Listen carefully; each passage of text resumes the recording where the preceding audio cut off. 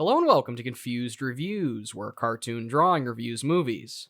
With it being the fourth semi-annual Christmas special, I had a tough time narrowing down what would end off such an eventful batch of reviews.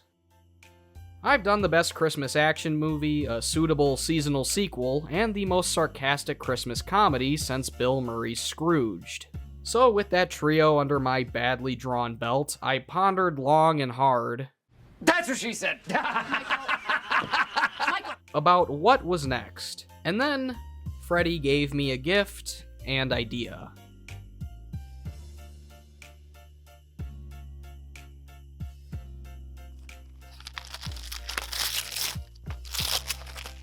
Oh, thanks, buddy. I would have gotten you something, except I didn't think you'd be into all that corporate, consumeristic crap. Alright, see you later.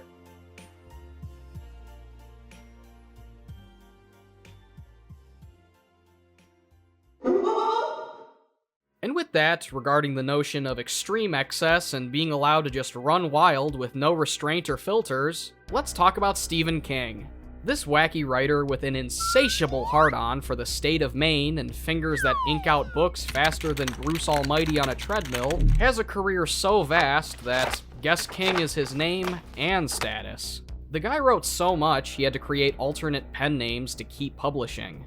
And while we're on the topic of massive manuscripts, I figured where else to start for a full-on King critique, aside from that one list that got copyright struck, than his crowning jewel of throwing more balloons into one vehicle than a clown car Uber. It. Telling the never-ending story of the Losers Club as their childhoods are forever changed through trauma in many forms, feasting on their greatest fears, all held together with the gross glue that is Pennywise the Dancing Clown. At the time, this behemoth of a book served as King's magnum opus, allowing the guy to hash out every monstrous melody his coked-out mind could think of, including classic Universal monsters, more abusive parents than a Little League game, and a blowjob-offering leper. Yeah. And now that the late 2010s Pennywise hysteria has all but died down, and those wannabe wackos' weird fad where clowns invaded suburbia have seemingly gone back to the juggling-friendly gutter they came from,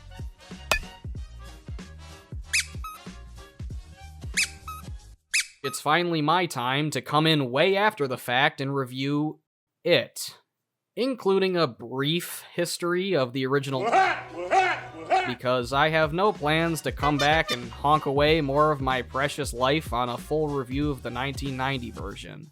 After the novel released in '86 and Stephen's other book-based movie epics started bringing in the pennies, boo. And by that I mean once Pet Sematary was a huge hit and forever ruined how I think cemetery is spelt, all of Hollywood was clawing at the chance to bring more of King's catalog to the big and small screen. You see, before TV shows had the opportunity and budget to look just as good as blockbuster theatrical films, TV miniseries were your best substitute. And by best, I mean worst. Daddy!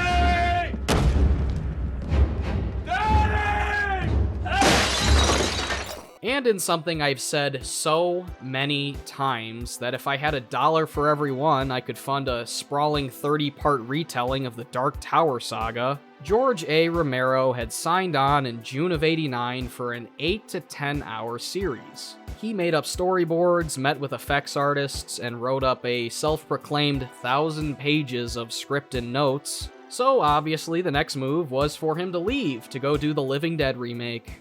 That's what I would have done. So they chopped it down to 3 hours and brought in Halloween series vet Tommy Lee Wallace to helm it. The result is a miniseries everyone and their red-haired grandma knows about, and that's almost entirely due to the phenomenal performance of Pennywise from Tim Curry. Seriously, aside from some good chemistry from the kid cast, he's the only thing keeping this paper boat afloat. Why does it hate? Why is it so mean? Not to say the 1990 miniseries doesn't have its moments, but saying it's a better-made product, it should be fairly obvious why I'm lumping it in with this review. My first exposure of it was actually this YouTube video from over a decade ago, and I still have vivid memories of being absolutely horrified at the visuals and having This Is Halloween playing behind it. made it scarier than this series' actual content. Those were the days. Moving on to 2017's version, it too was rattling around in development for a long time. Remakes were as hot to horror as a pile of clown shit at a desert circus in 2009, so why not dredge up King's most well-known property? This big four-headed football changed hands from Dave Kajanik, Cary Fukunawa, and eventually into the hands of Andy Muschietti. Aside from updated scripts, reforming the time periods, and adding personal flair, the only real change of weight I could find was that Hugo Weaving and Will Poulter came very close to donning the clown suit. And I think his erratic eyebrows and his immense talent would have both done a great job. Fucking spider bit me, David! What? Where? Bit me on my balls! On my fucking balls! But then again, I also felt that in 2010. You think you could turn back time? Answer me! No. Do you think you can bring the dead back to life? No. With a fresh director and cast of mostly unknown kids, and Finn Wolfhard, it was nice to see this violent, gruesome story was allowed the creative freedom of an R rating, rather than the sanitized FCC-monitored original. Then the trailer dropped in March and was a giant hit, and showed that this goofy jester had millions of fans locked and loaded for this movie, which clearly translated to its box office take. Beep beep box office. So with that intro behind us, let's assemble our finest face paint and break out the reading glasses to see if this movie was a faithful adaptation of the largest book I've ever sat down and digested. Because I did read every single word of this fucking thing, and trust me, the crew agrees that chapter everyone knows underage gangbang goes on for way too long. A zipper? What? He thought, and then he realized what she was undressing. For some reason, Beverly was undressing. Mike comes to her, then Richie, and the act is repeated. Now she feels some pleasure, dim heat, in her childish, unmatured sex. And she closes her eyes as Stan comes to her. And she thinks of the birds. Spring and the birds. And she sees them again and again, all lighting at once. She has to bite her lip again and think of the birds until the burning is gone. What? This is it.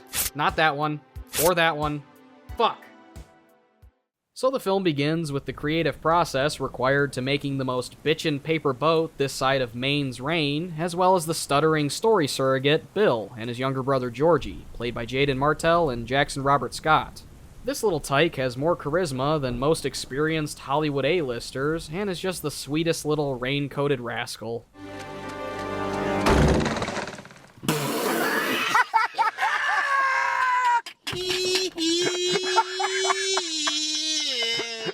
After a possible concussion, he catches up with the runaway vessel as it flushes into the sewer. Coincidentally, this ironic line Bill's gonna kill me. comes to fruition faster than the youngster expected, as a quick eardrum-damaging jump scare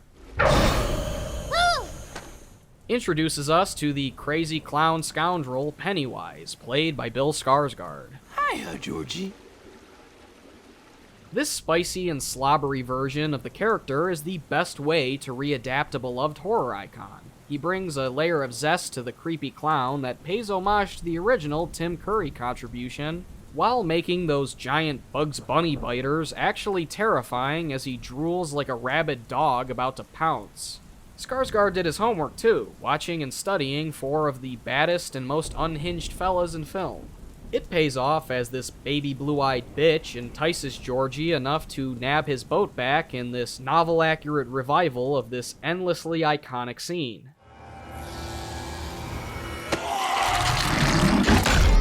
Hey Georgie, need a hand? He's armed and dangerous.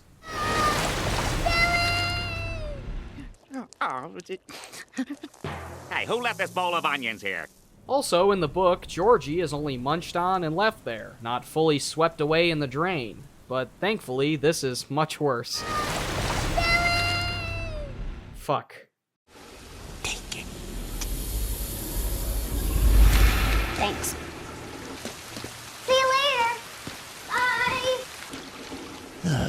Shit.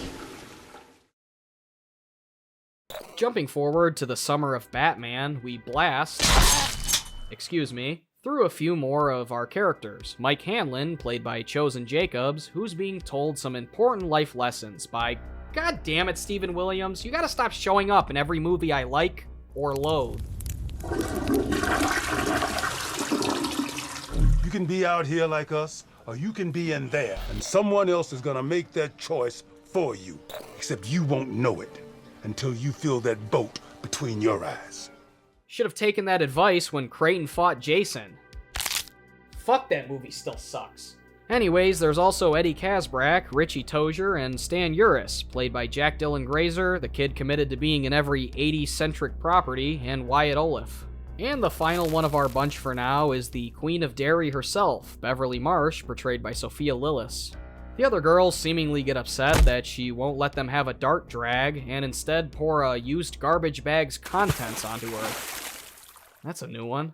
Anyways, after the four summarize the public education system in one backpack dump, they have some lovely banter akin to every childhood friend group. Is that how you want to spend your summer? Inside of an arcade? You'd spending it inside of your mother. And they do some world building regarding the town's missing kid problem, even down to Bill's corrective optimism. She's not dead, she's missing. Sorry, Bill. She's missing. But the bro-bonding babble isn't so sweet for long, as we get a front-row introduction to the Dickhead Patrol, led by the mulleted maniac Henry Bowers, played by Nicholas Hamilton, whose attire and appearance could only be furthered through one of those switchblade comb things.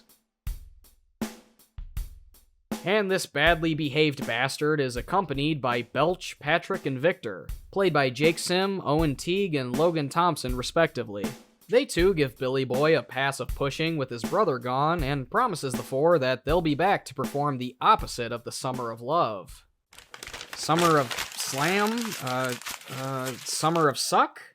The last of our lovely losers is Ben Hanscom, portrayed by Jeremy Ray Taylor, who's just the cutest little chonker since Rowley Jefferson. Holy pepperoni! And after a sad single signature from Bev, he step-by-steps with a newfound crush and equally crushed art project. Please don't go, girl. That's the name of another New Kids on the Block song. Don't worry, kid, working with wild and wobbly wordplay rarely reeks the reward requested by the revered and warped writer. What? Wow. One take! Wow. Back at Bill's house, his dad Zach, played by Jeffrey Pensett, is not only a royal dick over Billy's reconstructed Tube City toy, he was gonna call it Tube City, that shows how Georgie could have caught a wave to some rolling trays, and the guy's actor is in 2 Total Recall projects, for some reason. He's dead! He's dead! There is nothing we can do! Nothing! I'm not sure what's worse, that resume or his parenting on par with Gordy LaChance. Should have been you, Gordon. King's got daddy issues. Mike gets some toasty trauma and sees Pennywise hung up on Leatherface's favorite appliance, but not even horrific Howdy Doody can match Henry's casual racism while using Mike as an ashtray. Get the fuck out of my town! It's such a shame such a nice car is inhabited by such unlikable cunts. It's like Christine. Meanwhile, Stanley is shown to be lacking on his religious studies, so after returning the scripture to its shelf, he realizes this painted version of the Nun and Mona Lisa stretched out like Mike TV is missing, so he decides to be Syna-Gone.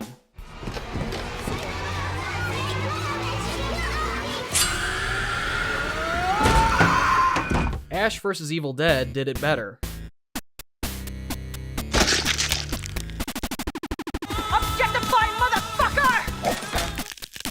And that's a fact. We're gonna rip your balls off, Ash!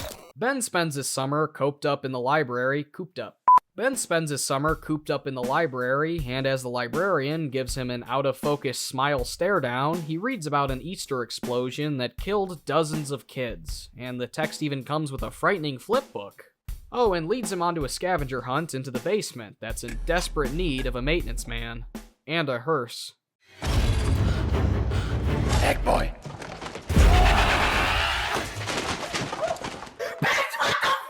Who let the kid with no head carry those eggs? Now they're ruined. Henry and his goons snatch up the robust reader, and after a fruitless attempt to call for help, it proves the suspicion that the whole town is corrupted by it. One big damn conspiracy! And everyone's in on it! Including her. I can't really put my finger on it, but this clip is so fucking funny.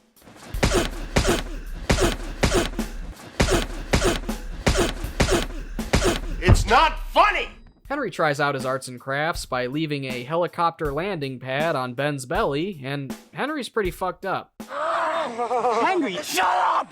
You're gonna carve my whole name onto this cottage cheese! I mean, if it's any consolation, in the book, Ben gets the shit kicked out of him, having Henry's entire name etched in, and just gets punched and pushed for what feels like forever.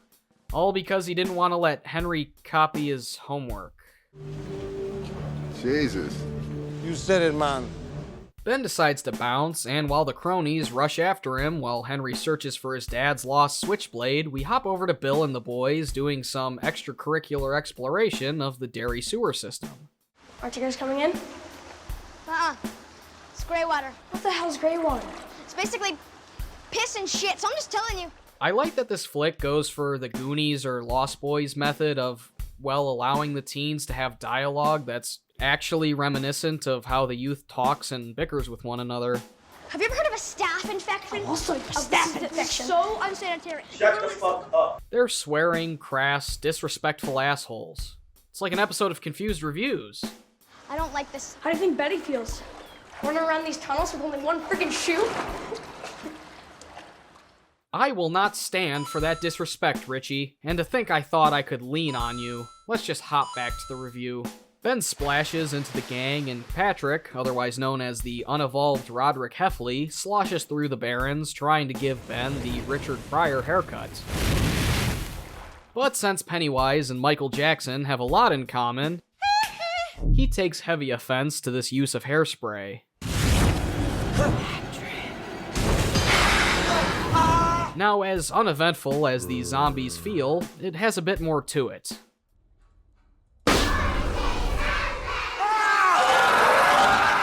No, not the jump scare. For one, in the novel, Patrick is killed by flying leeches that poke holes in him and drain his blood like some 3D human version of Swiss cheese, which is incredible by itself, and I'm surprised wasn't included. However, another A-list sleepy slasher almost wound up in this movie, and while it's not confirmed where he might have shown up, I have a hunch it was here. The book is a hodgepodge of classic Universal monsters and other common fears all puppeteered by Penny to feast on fear, and it makes sense to me that moving ahead from the 50s to the 80s would see the Krugster and other similar popular icons account for teenagers' terrors. Unfortunately, Muschietti shut down the prospects of putting Freddy in for not wanting to get too meta with both movies owned by New Line Cinema. I'd make the argument that considering we haven't seen Fred on the big screen since 2003, I said what I said! Introducing a cameo could have really benefited reintroducing audiences to the crispy kid killer. I mean, even Critters 2 managed to do it.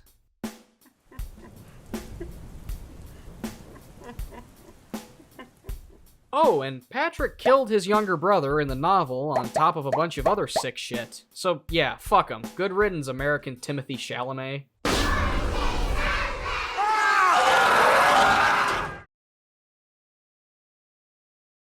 They bail Ben out and take him to get patched up, but realizing quickly they're low on funds, Beverly takes one for the team and has a strange Superman chat. You look just like Clark Kent. With the pharmacy clerk, whose gross and greasy ass looks like a minor molestering Max Lord. Well, how about that? You look just like Lois Lane. Fucking gross. Apparently, all parents are putrid and fucking nasty in this town, as we see Bev's dad, played by Stephen Bogart, is also an abusive monster. counting down the minutes till he gets his karma.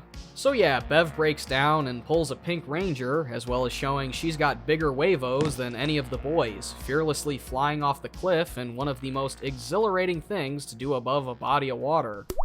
Once that's over, Ben explains his prepared research that's probably going to come together to be some boring-ass true crime podcast.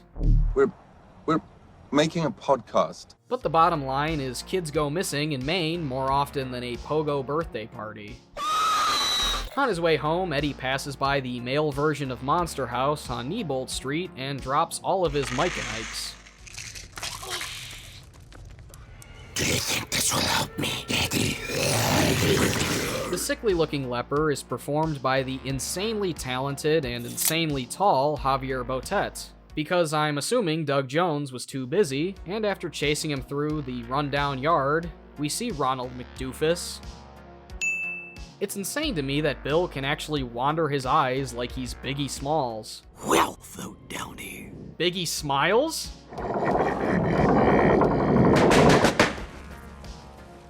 I like it when you call me Big Papa?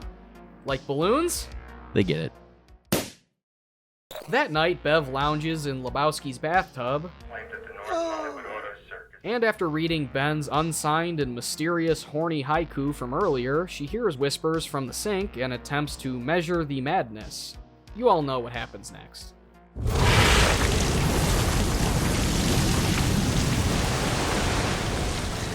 And freakier than this gore geyser is that it's completely unseen by her dad. Is this one of those too old to see sort of deals, or would a pair of They Live shades clear it up? In the meantime, our adolescent Elmer Fudd grieves over Georgie some more, clenching a turtle that's very obviously a reference to the novel's cosmic and crazy antithesis to Pennywise. The fuck does that mean? But all that shit's way too complicated for the time we've got, so Bill instead pops downstairs to see a submerged, slimy Spaulding acting as a little brother ventriloquist.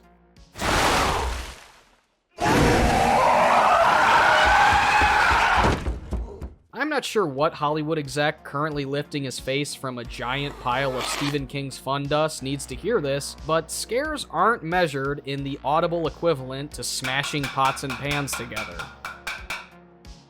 This is probably my favorite moment of tenseness and fear from this movie, showing Pennywise toying with Bill's unimaginable guilt and grief of losing Georgie, all while bobbing up from the flooded basement like some clown crocodile, only to slam on the brakes of suspense with that fucking sound and MDE editing style.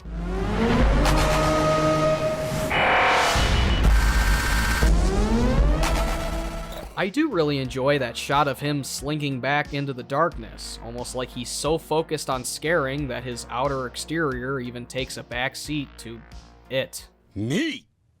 The next day, Beverly chills out on the fire escape from the Starsky and Hutch pilot, only to break the news of the bloody bathroom to her friends. Clearly, there's only one thing to do. Yep, primetime TV sitcom-style cleanup montage akin to Evil Dead 5 was certainly not on my Stephen King adaptation bingo sheet. Where'd you come up with this stuff?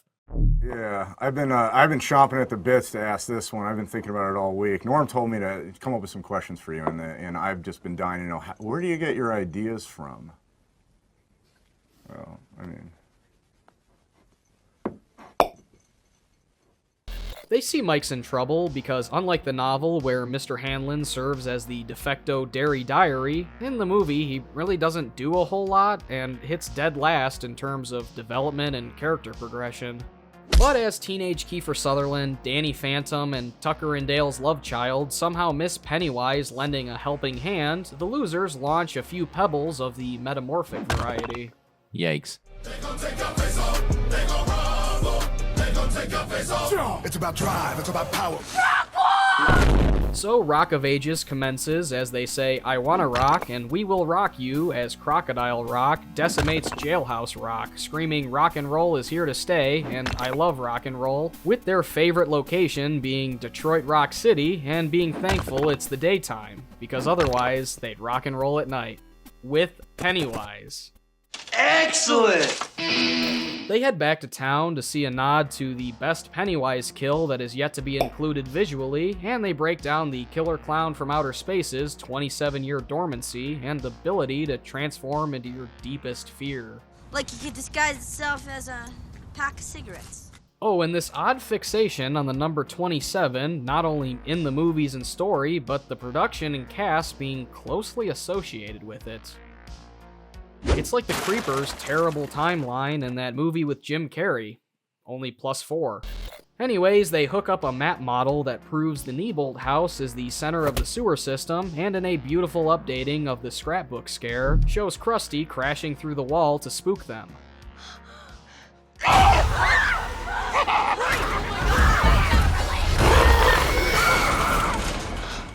Talk about traumatic. Goodbye, everyone. I'll remember you all in therapy. They bike to the house with Bill, Ed, and Richie drawing the collective short straw, and after being separated one by one, Eddie takes a table nap, Richie sees a Curry cameo and puppet ripped right out of a Jeff Dunham Halloween special. Beep, beep, Richie. Oh, fuck.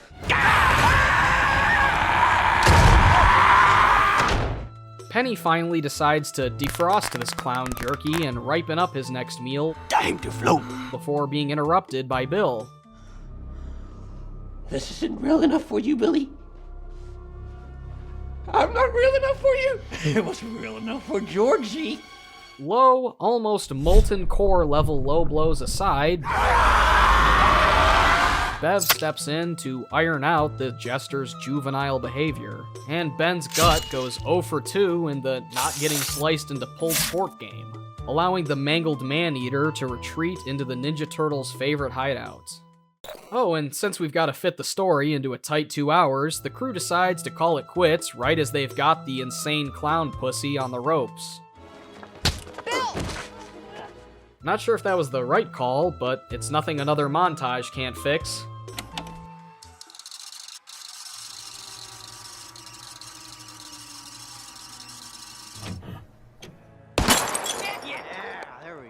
Henry gets a gift from Jack in the Box and sneaks up on his dad Butch, played by Stuart Hughes, who gets butchered. Kinda asking for it. While Slaughter Street plays on the TV. Kill them all! Kill them all! Kill them all! And Henry reacts pretty modestly in a better version of Ronnie's death and Rob Zombie's Hollow Week. Speaking of filthy family fuckery, Bill's dad cranks up the creep factor to fucking 15, and in the most soothing bit of revenge in recent memory, aside from needing a new toilet lid, nothing of value was lost. Hold on, do you hear that deafening silence? It can only mean one thing. So with Bev rocking the Princess Peach damsel in distress role, he scoops up Richie, whose Street Fighter fanboying is put on the back burner at the behest of his piggy bank, in order to forget that he took part in the real-life version earlier in the flick.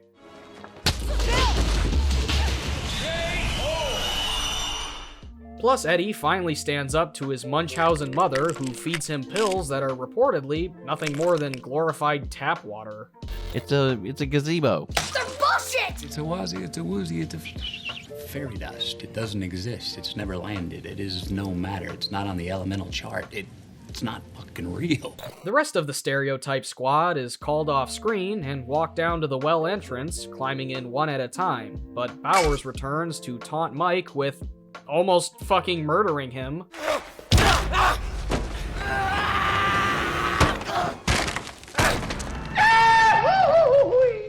Be careful what you wish for, Henry. Well.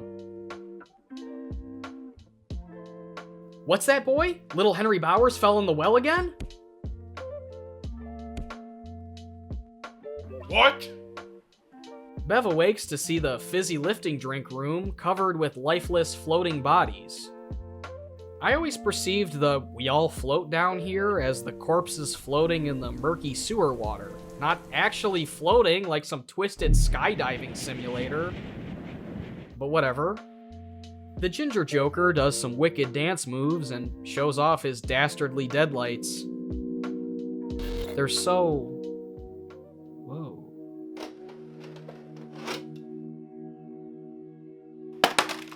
Step out of it! Right, anyway. Stan gets briefly bitten, they pull a Shrek-level true love's kiss, and Bill is finally able to accept the loss of his brother in a gut-wrenching performance from both of the boys. But you're not Georgie.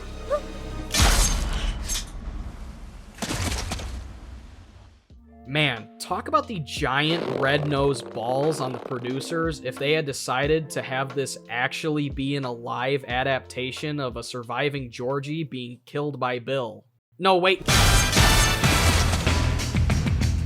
Considering the biggest themes in the novel are that of grief and trauma, that could have wound up the biggest and ballsy movie twist Shyamalan only dreams of. But you're not Georgie.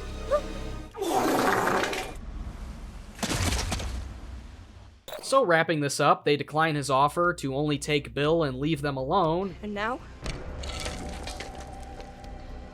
I'm gonna have to kill this fucking clown. Instead, all beating the shit out of Bozo as he frantically flies through its different devilish disguises. Only one that's missing is from Chapter 2. Naked Grandma! Naked, huh?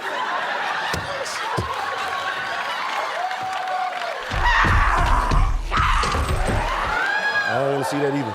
Wait, how did that get here? Gotcha, bitch. Their combined strength is enough to end it for the hibernated horror. Fear.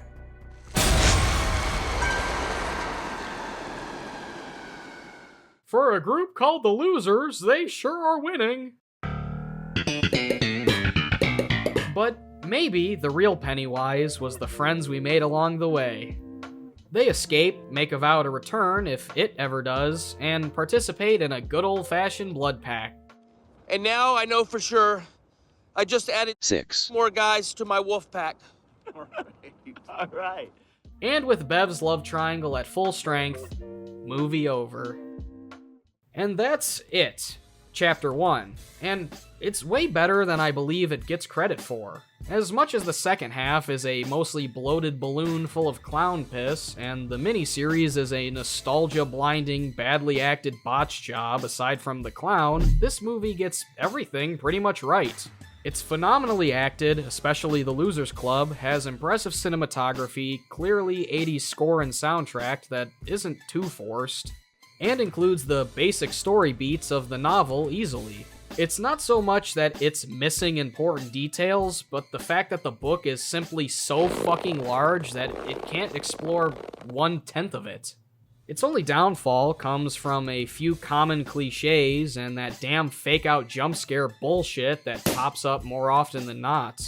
It ruins most of the tension and is the biggest gripe I have with this adaptation.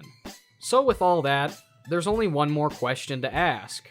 Who is the better Pennywise? I created a poll with this very question, and the skewed results were very eye-opening for me. On the one hand, Tim Curry is an undeniable force to be reckoned with in the 1990 version, and is an actually engaging clown before turning terrible. And while Bill is missing the element of personableness, he uses every trick in the book to be scary, and does an amazing job. From the wandering eyes, drool, physicality, and wit, it's all great, and I think these comments sum it up best. Tim will always be revered most, and I can't argue anyone enjoying his performance more, because I get it. Even if I believe Skarsgård may have been a better combination and adaptation of Bob Gray.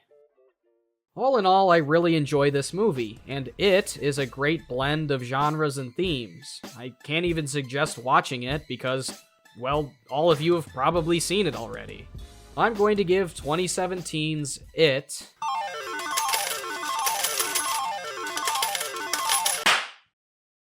and don't expect a Chapter 2 episode anytime soon. I couldn't imagine condensing that runtime without throwing myself into Penny's deadlights.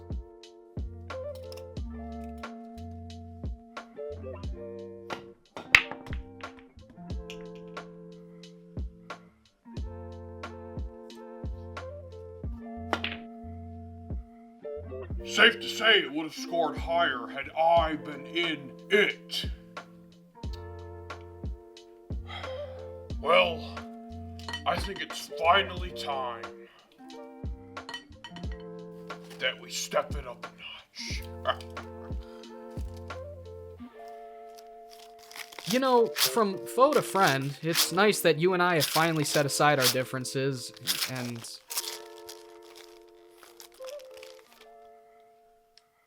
Whack. Fuck.